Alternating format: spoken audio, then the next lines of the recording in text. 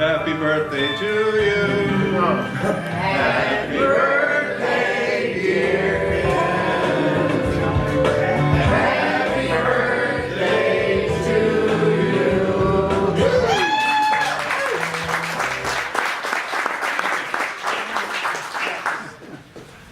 So, pretty special day, pretty special weekend. Actually, Dad turned 90 yesterday, and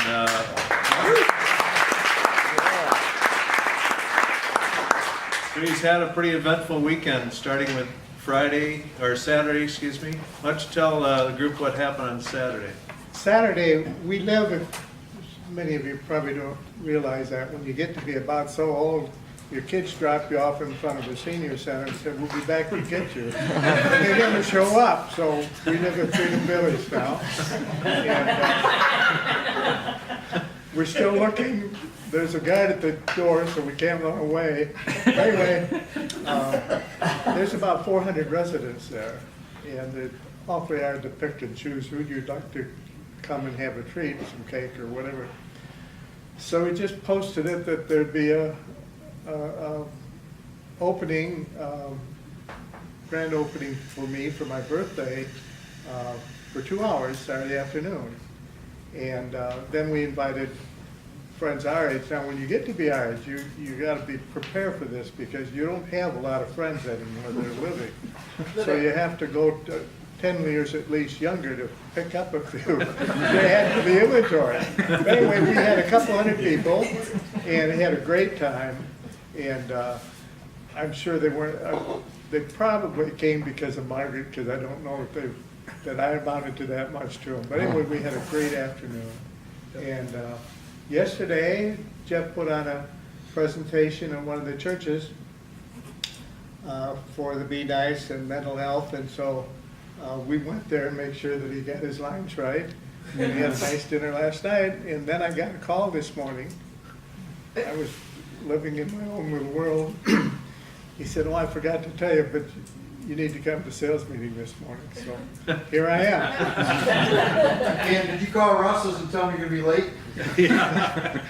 You'll have to excuse me. Yeah, yeah, he got an excuse this morning. He got a fast card. So, so 90 years ago was the year 1929. So none of us can fathom what 1929 was. It's great. So tell us what was going on during 29 through, the next decade. When you were just a youngster in your elementary ages and below. First of all, you get that crack on the butt to make you cry, and little do you realize, that who knows how long you're going to be around. And I've been blessed really, really with good health, a great family, and great friends. And so life has been fantastic. Now for my parents, it wasn't all that good because the Depression came along. My dad and mom had a new home here in town. He had a job traveling on the road. That all ended. And there was a whole farm that was vacant north of Lowell. That was my ancestors, would be my great-grandparents, homesteaded. It was a centennial farm, but it was vacant. And so they moved out there just to survive.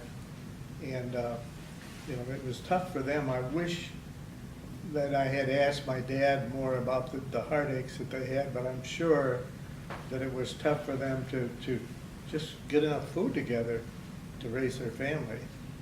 So they had tough going, and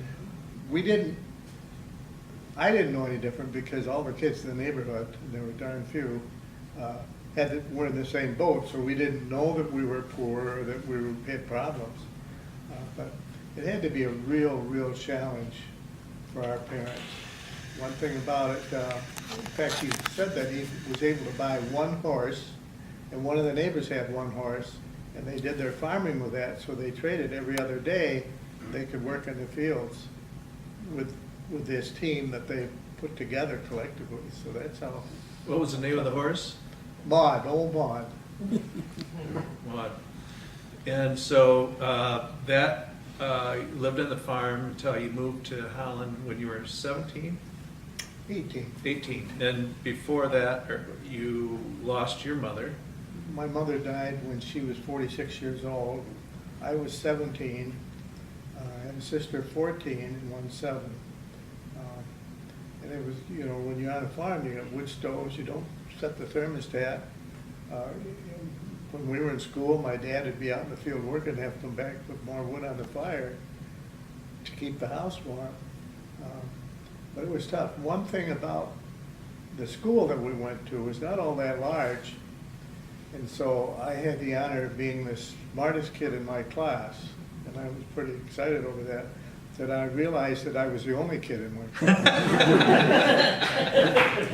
So, and then I took second place as soon as another kid joined me. It still wasn't bad, second in my class. So then you moved to Holland. Yeah. And there's a ring that, there's a story about this ring that I'm wearing. You want to share that story? Because that happened about when you moved to Holland, is that? Yeah. That's my mother's wedding ring. And when she died, he said to me, I'm going to have her take her ring, because I want to keep that and have a ring made for me in remembrance of her. And so he moved back to Holland, and he was emptying boxes in the house, and he said, my ring is gone. And he had just come from the city dump with a whole empty boxes, and I said, well, let's go right down and look. And so a half hour pouring in the dump through these different boxes, there laid that ring. And so he wore it for years and years, and then when he passed away, I wore it. And then a year or two ago, I thought, it's time to pass this on to the next generation. So that's how Jeff has it. Yeah. So if you go to my office at GMC, you'll see a portrait, a photo portrait of the 3 generations, my brother Wayne and I, and Dad, and my grandfather Ted. And that picture was taken for Dad's 50th birthday. That was 40 years ago. And you'll see on my grandfather's hand this ring. And I always admired this ring on my grandpa's hand and then my dad's hand. And of course, when he gave it to me, obviously it meant a great deal. So, so then once you got in Holland, then you started to work, and then the Korean conflict was going on. Korean conflict was on, and married, bought a little house, had $40 house payments. And if we didn't put $10 in that kitchen cupboard every week, we had trouble making the payments. But anyway, here I am with a new bride in a home with house payments, and the war's on, and I'm going to have to go. I thought, how am I going to be able to make enough money to make these house payments in the service? And so I thought, well, I'll join the Navy or join the Air Corps. And I was selling used cars at Barbara Ford on River Avenue. And a couple other young guys come in, we were talking about what we're going to do about the Korean War. And I said, I think I'm going to enlist, but it's 4 years, and I hate to commit 4 years of being gone. And they said, well, you can get in the Coast Guard for 3 years. And so the next day or two, I went to Grand Rapids, and they had a backlog of people waiting to enlist. And while I'm talking with them, they had a cancellation to go next Tuesday. This was like on a Thursday. And he said, there's your chance. If you want to enlist, you got that spot. So we did. And I went to basic training in Alameda, California. That's the 12th Coast Guard headquarters. Back in those days, they had weather ships. That was before Loran and satellite navigation. And they had these ships stationed out in the ocean where the freighters would zero in on them and the airplanes and then go on from there. That was their base. And from there, after 90 days of basic training, they're interviewing us for where they're going to send us after school. And a lot of them were marching right over to these weather ships and give them a chipping handler, and they're starting to chip the rust off and paint boats. And I thought, well, I'm not sure about that. But anyway, the interviewer said, hey, what do you do with a used car salesman? And I said, you know, if you have a diesel engine school, I'd like to go to that. And they did. They were training people to work on the diesel engines the size of the original Mackinac, and they were powering destroyer escorts, and the Coast Guard was recommissioning destroyer escorts that the Navy had mothballs, and they were patrolling off Korea.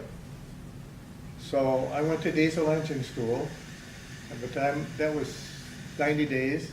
I was there, most of you won't remember or know about this, but the first atomic sub, the Nautilus, the keel was laid that many years ago. That was back in '52, while we were there in New London and Groton, Connecticut. But anyway, by the time I got through diesel engine school, they had their quota of destroyer escorts, and they didn't need any more diesel engine mechanics on them, so I put in for the Great Lakes to work somewhere in boats with diesels, and I did, and so I spent my time here in the Great Lakes, which was great because then we could keep our home and didn't have to get rid of it and sell it. So you tended a lighthouse in the Great Lakes? Yeah, Muskegon and White Lake had they had a civilian light keeper that was born out on South Fox Island. His mother was an Indian, his father was an old Frenchman. He was a light keeper, and Frank never learned to drive. So I would be his chauffeur when we had to drive to tend these lights up at White Lake. The others we did by boat. So tell us the interesting phenomenon of seeing the lights of Milwaukee. Who's heard of people seeing the lights of Milwaukee from our side of the lake? Okay, Yeah. some of us have. So Dad called me, well, a few years back, and he said, go out and fortunately live on Lake Michigan. Take your binoculars out, and you really need it. And you swear you're seeing Milwaukee from 5 miles away, the whole skyline. And in between, you're seeing this blinking red light, which is a weather buoy. And so why don't you explain, because this is a pretty remarkable situation that happens occasionally. I was on watch one night in Muskegon, and I'm seeing this flashing light, and I called the chief right away, and I said, there's a ship out there in trouble out there. And he explained, this is what happens, and apparently the reflection, I don't know just how it works, but the reflection, because you have a little curvature, you know, enough when you're 86 miles, or 96 rather, from Milwaukee, there is a little curvature, and somehow it glances off this water. And prism, the atmosphere has to be just right off the cloud cover or whatever it is, and it creates this prism effect, which what you're seeing is the lights through the prism. So pretty fascinating. So once you got out of the Coast Guard, then what'd you do? Back to selling cars, back to selling Fords. I really, you know, they're competition now, but I got to be kind of kind because it was Ford commissions that put us in the automobile business, so it wasn't all bad. Started selling new cars, and then Ford was after Mr. Barber, who was a hands-on guy, to get a manager. So he picked me. I don't know whether I had a clean shirt on that morning or what, but anyway, he picked me to learn to be his manager and sent me to Ford Merchandising School. It's a dealer really course for dealers' sons to take over their dad's business. It was a four months program. We stayed in Detroit. They bused us out to the old Ford estate. Old Henry Ford's garage was a good size. I don't know how many cars we hold, but that was our classroom. We spent the day there. And come back and over a period of 18 years gathered enough money to become Pontiac GMC dealer in March of 1965. So when you became, you were looking at that time for the dealership, but Yeah. that wasn't the only dealership that you looked at or considered. No, I was approved to take over the Volkswagen dealership on 28th Street. and had a loan approved with Michigan National Bank. But I was worried about the rent, and I forget it wasn't really that much, but in those days it was high. It was like $3,500. And I was looking at this Pontiac GMC deal, and the rent there was $350, and it really got my attention. So I went back to the Volkswagen distributorship. They owned that dealership, and they wanted to get out of the retail business. And I said, I think I'm going to go to Holland, be a Pontiac GMC dealer. And Mr. Heckman said, I don't blame you if that's where you feel you want to be. Your kids are in school there and all. He said, that won't be a bad move for you. So he gave me his blessings, and the rest is history. So that building is next to Skiles, because you love pizza, maybe beer, and it's the Holland Arts Council building. Yeah. And it could store maybe 3-4 cars inside. Yeah, that's right, and about 3 outside. Well, I was going to say, because outside you could Yeah. and your used car lot was where? It was around the corner where the Pizza Pizza Hut used to be. was for years. That was the Becker Iron and Metal place. Mrs. Becker, sweet old Jewish lady. She lost Mr. Becker, and the son had gone to Kansas City, and so she'd say, how are you doing today in your business? I want you to do good in your business always. And she was always so interested. It was just a joy to be around her. And they had part of her garage, and he had a little wood stove in there that we built a fire on days that we thought we might have a prospect or two. I was cash short. If I talk too much. No. Are you on my clock? No. Okay. We were cash short, and you don't realize that every time you deliver a new car, if they have a trade-in, you don't collect enough money to pay for the car, so you gotta go to your checkbook until you sell that trade-in. And I had money enough for 20 used cars. And if I had 21 or 2, it meant you'd want to do 2 things. I couldn't trade in another car, and I couldn't meet payroll. So I had to hustle around town to the used car lots and get rid of 2 or 3 to trade in the next batch of new cars that were coming. We ordered them then. And also to meet payroll. So it was a nip and tuck deal. And Pontiac knew that. The dealership the year before I bought it sold 130 some new Pontiacs and 13 trucks. In our first month, we did 50. And a fellow by the name of Phil Weston, the assistant zone manager, said, Kenny, you don't have enough cash to do that volume. And you keep moving those used cars or you're going to be out of business. And I took him seriously, and that's how we survived. So at that time, we all used banks to what we call floor plan our inventory. So the banks own the vehicles when they're shipped to us until such time we sell them. And then when we get paid from the bank through a finance contract or they pay cash, then we're able to pay the bank off. And who was that bank that you dealt with? That was at First National Bank with the old bank building next to One Friend Now. And then he had a floor plan line of $150,000. Now today that would handle 2 Yukon Denellis, but back then, the new car invoice and truck invoice around $5,000. So we had more than enough money because I think we got up and built out up to like 22 or 3 cars.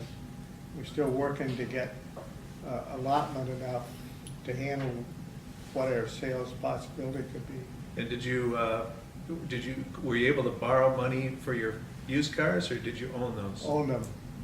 That's one thing that I learned from Ari Barber at the time. He said, never borrow on your used cars because you never know what the market's going to be.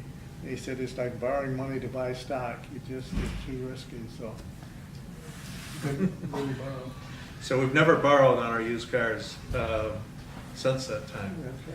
That's right. Principle that Dad always made sure that Wayne and I took in advice, and also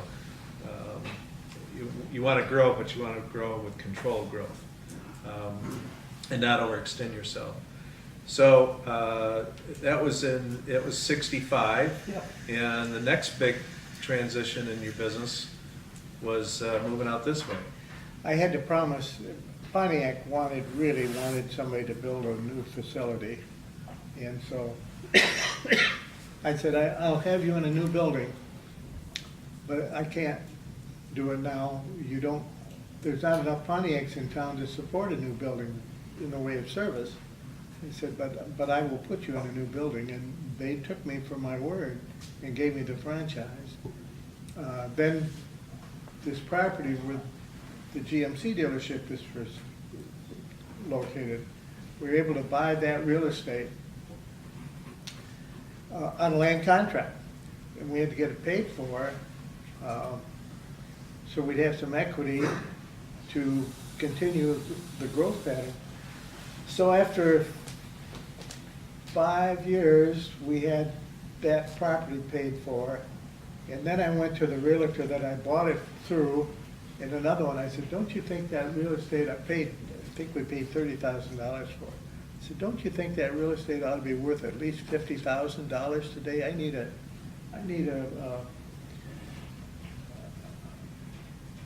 something to show that that's a value of $50,000 in appraisal. So I got 2 appraisals. I went to Detroit to the Small Business Administration. Said, I got this property and it's worth $50,000, and I need to borrow $200,000 to build a new building. And they looked at me and said, I guess we could do that. So that's where the money came to build the first facility, and we moved in January 1st of 1970. So it took about 6.5 years, but we had them in the new building and we were happy and never looked back. Better take a little break. There's something about some horse trading or car trading that I want you to share with the group. Something about training at Bonneville for. There's a great guy in town, Russ Clausen, and he was just kind of an old godfather to everybody. And in fact, he was a director of the People's Bank, and they handled this small business administration loan for me. So he said, you know, you're going to grow and you're going to need some more property. And I said, get out of here. We don't have any money. He said, that property to the east of you is a nice piece of property. And he said, you're going to need that. And I'll tell you what I'll do. I'll take a new Bonneville for the down payment. And you can pay me on a land contract. We didn't have a house yet. These 2 guys and their mom are in a rented house, and we're still struggling. I said, well, I guess we better do that. So we did, and that was the front half. And went to buy maybe to where the back of the building is now with Nissan. And so we're making these payments, got it paid for, and I'm, boy, I thought, how lucky are we? He came in and said, you know, that property's not real deep. There's more real estate back there that you really need. And I said, we still don't have a house. But he said, my car's getting older. I'll take another Bonneville. So those 2 pieces of property we got on 2 new Bonnevilles and a couple of land contracts. And wasn't it the right thing to do? When you look at it today, where would we be if someone else had bought that and we'd be locked in? So, the good Lord works in strange ways, and he sure helps those that need help, and I did. So then you celebrated 25 years in business. Yeah. In 1980, and that we had a big celebration in the service department at the Pontiac GMC store. Had a lot of people show up, and I think a 35-year. Well, tell us a little bit about maybe the first car that you remember selling. The first car I sold was in the fall of 1950, a new car. I've been selling used cars. It was a Ford Crestliner. Man, was I proud of that. A young man that was apparently saving his money, brought his parents in, and he wanted that car. And I sure wanted to sell it to him. And we got together and he bought that. Wanted to share something else with you. It's changing the subject, but both Jeff and his brother Wayne, and many of you don't know Wayne, and some do, both wanted to be in the automobile business. and both went to college and took up courses along those lines. Jeff at General Motors Institute did 5 years there, and Wayne at in Midland at Northwood at 4 years. And when they went through school, I said, now, great, you graduated from college.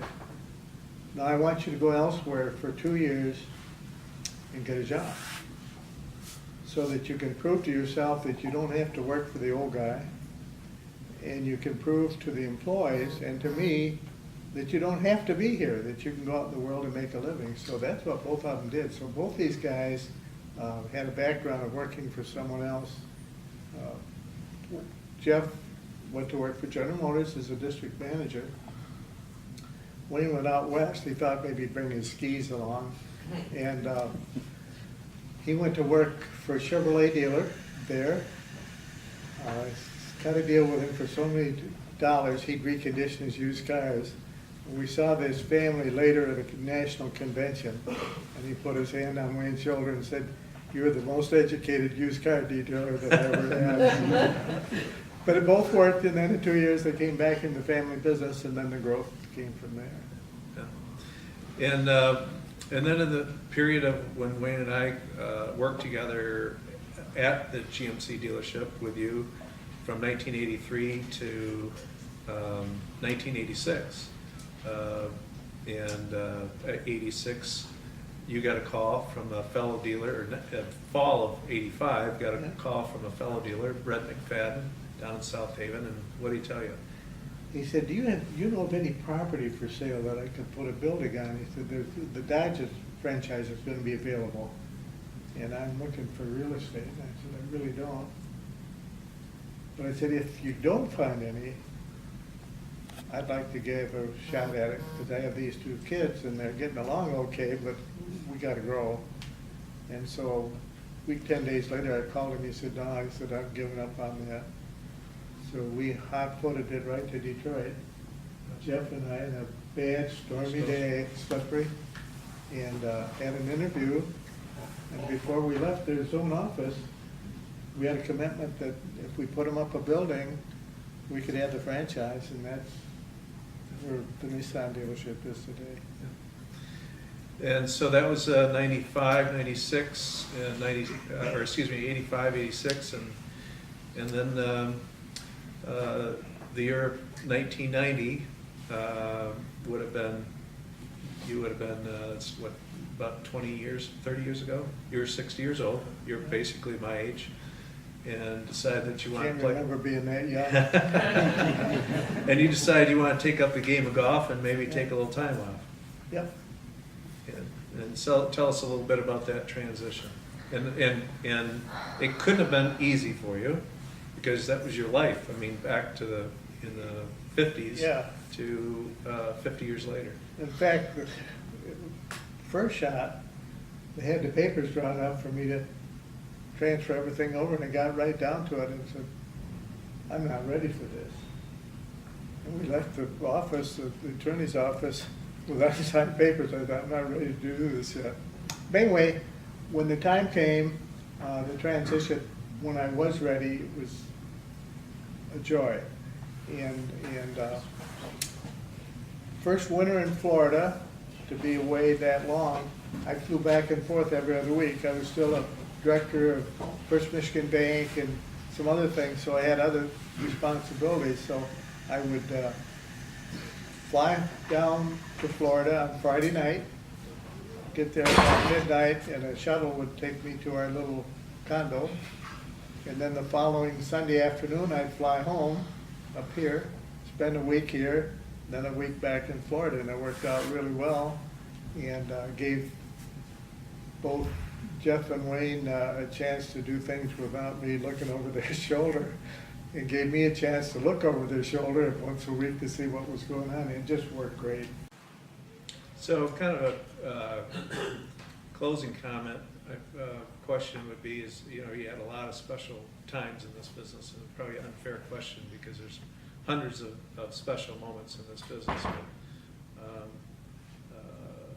at 90 years old, and you think back of the car business and what it's done for you and your family, what would you say is that you could, the greatest takeaway?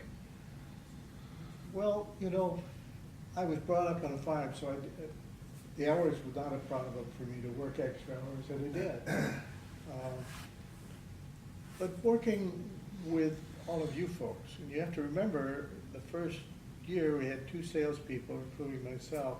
Total employment was 8 people, so to see the growth and to see the young people start and work through the ranks and have them, see them bring a girlfriend to a Christmas party or whatever, and then later they're married and they have children and all, to be associated with all of you employees are just something that you just can't put a price on. You know, Margaret, my wife, still always tells a story of her friend Jeff Scott. They called and needed her car to show someone, and she said, "What am I going to drive?" He took her by the hand and said, "I've got it out here for you." Took her back, and here in the weeds was a Yugo that they were stripping parts off. I said, "This is going to be your car to drive today." And she always tells that story, but the little things, this guy over here, right here, said, "Mr. Elhart, I'd like to talk with you further, but I gotta go make a living," which means get out of here. Those are special, special times. And I think of you all as my kids, and I'm thankful to do it.